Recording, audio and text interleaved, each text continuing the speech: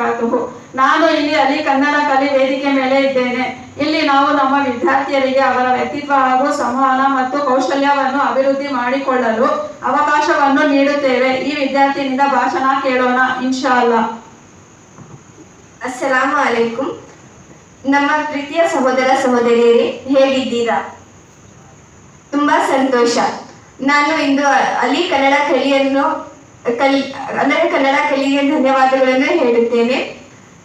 ನಾನು ಇಂದು ಒಂದು ಹದೀಸನ್ನು ಹೇಳಲು ಬಯಸುತ್ತೇನೆ. ಮನ್ ಖಾತ ರಬ್ಬಿತಲ್ ಉಸ್ರತಿಲ್ಲಾಹ ಯದ್ಖುಲುಲ್ ಜನ್ನ.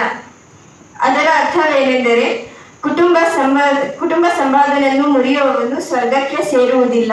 ನನ್ನ ಮಾತನ್ನು ತಾಳ್ಮೆಯಿಂದ ಕೇಳಿದ ನಿಮಗೆಲ್ಲರಿಗೂ ಧನ್ಯವಾದಗಳು.